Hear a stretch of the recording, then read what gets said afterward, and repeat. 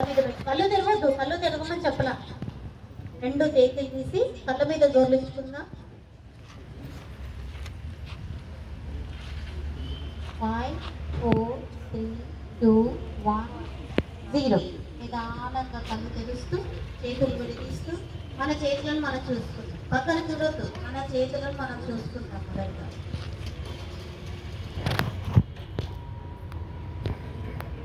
Okay, గట్టి clap కదా.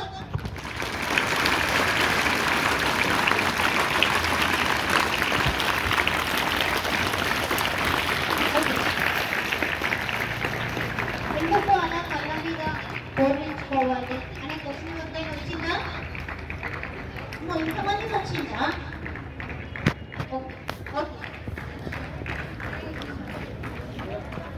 ముందుగా మనకి ఏదైనా కావాలి అనుకుంటే మనం దేనికి చూస్తాం?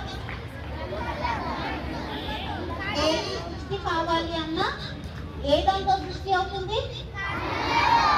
కళ్ళతో నుంచి లోపల మనిషి పోయి మనసుతో నుంచి సృష్టి అవుతుంది.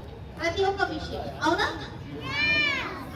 అయితే కళ్ళలో 80% ఎనర్జీ ఉంటుంది, 80% ఎనర్జీ ఉంటుంది. ఈ రెండు చేతుల్లో, ఈ రెండు కాళ్ళల్లో 10% ఉంటుంది. ఆ 10% మనం ఈ చేతులను తీసుకుపోయి ఇలా కళ్ళను జోడించుకొని ఈ చేతిలో ఉన్న ఎనర్జీని కూడా ఇలా బోధించుకున్నప్పుడు ఆ ఎనర్జీ మన లోపలికి వెళ్తుంది. అందుకోసమని ఈ రెండు చేతిలో ఉన్న ఎనర్జీ ఎవరైనా ఫీల్ అయ్యారు? ఇక్కడ జుమ్ జుమ్ అన్నట్టు ఫీల్ అయ్యారా? అనిపించింది కదా? కొంతమందికి నో, కొంతమందికి ఎస్. అవునా? అంటే కొంతమందికి నో ఎందుకండి అంటే వాళ్ళు ధ్యానం మీద అంటే శ్వాస మీద ధ్యాస పెట్టాలి. పక్కల వాళ్ళు చేస్తున్నారా లేదా, పక్కల వాళ్ళు చేస్తలేరా, మేడం వాళ్ళు మన దగ్గరకు వచ్చిందా, ఇలా ఒక్కొక్కరిని ఇలా పెట్టిస్తున్నారని వాళ్ళు. అవునా? వాళ్ళు అబ్జర్వ్ చేసింటే ఖచ్చితంగా వైబ్రేషన్ తెలుస్తుంది. వాళ్ళు అబ్జర్వ్ చేయకపోయినందువల్ల వాళ్ళ కొంతమందికి తెలియదు. ఇప్పుడు తెలియకపోయినా పర్వాలేదు. ఇప్పుడు చెప్పాం కదా, బ్రీత్ అంటే శ్వాసను గమనిస్తూ ఇట్లా వేళ్ళల్లో వేలు పెట్టుకోవాలి. శ్వాసను గమనిస్తూ ఇంటి దగ్గర అయినా సరే 5 నిమిషాలు 10 నిమిషాలు అంతే అలా శ్వాసను గమనిస్తూ ఇలా కూర్చోవాలి. అలా కూర్చున్నప్పుడు ఏమవుతుంది అనే క్వశ్చన్ ఏమొస్తలేదా? ఎందుకు కూర్చోవాలా ఖాళీగాని? ఏం క్వశ్చన్ లేదా? క్వశ్చన్ లేకుండా ఆన్సర్ చెప్పండి. అంతా అలా ఎందుకు కూర్చోవాలి అంటే మార్నింగ్ నుంచి ఈవినింగ్ వరకు మీకు ఏ సబ్జెక్ట్స్ ఉన్నాయి?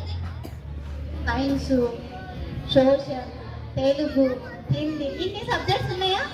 ఇన్ని సబ్జెక్ట్స్ మాట్లాడాలి. నేను మాట్లాడుతూ మళ్ళీ వాళ్ళు సైలెంట్ ఉంటారు. అయితే ఇన్ని సబ్జెక్ట్స్ ఉన్నాయి కదా, ఒక్కొక్క సబ్జెక్ట్ని అలా క్లాస్ వేసిన టీచర్స్ వస్తుంటారు పోతుంటారు కదా, మనం ఆ క్లాస్లో చెప్పలేమని వింటుంటాం కదా. అలా విన్నప్పుడు ఒక మైండ్లో వస్తారు, అబ్బా చాలా ఈరోజు టీచర్ రాకుంటే బాగుండే అనిపిస్తుందా? అవును అవును. అయితే ఎందుకు అంటే స్ట్రెస్ తీసుకుంటున్నాడు, మనం ఎక్కువగా ఇబ్బందిగా అనిపిస్తుంది అని మనం ఫీల్ అవుతున్నాం.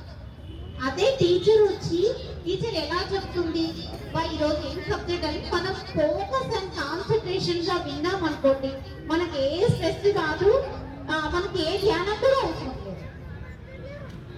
ఎస్, ఇప్పుడు మనం ఇప్పుడు చేసిన ధ్యానం కూడా మీరు టీచర్ వచ్చి వెళ్ళిపోయిన తర్వాత మధ్యలో 5 minutes గ్యాప్ ఉంటుంది కదా, ఆ 5 minutes గ్యాప్ లో కూడా మీరు ఇలా ఎవరేమన్నా మాట్లాడుకోవాలి, మనకు సంబంధం లేదు.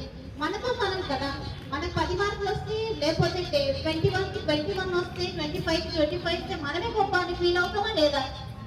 ఒకవేళ 25కి 25 వస్తే అరే మనకు రాలే, మనం చదవలే అనిపిస్తుంది కదా. అదే అలా మన మంచి మార్కులు రావాలి, మైండ్ రిలాక్స్ గా ఉండాలి, ఏ హెల్త్ ప్రాబ్లమ్స్ రాకూడదు, మంచిగా ఉండాలి అంటే ధ్యానం చక్కగా చేయాలి. రోజు మీకు ఎప్పుడు సమయం ఉంటే అప్పుడు, క్లాస్ మధ్యలో సమయం దొరికితే అప్పుడైనా చేయొచ్చు, ఇంటి దగ్గరైనా చేయొచ్చు, ఎప్పుడైనా చేయొచ్చు. ఓకేనా? మీ క్లాస్ మధ్యలో కూడా చేయొచ్చు. అలాగే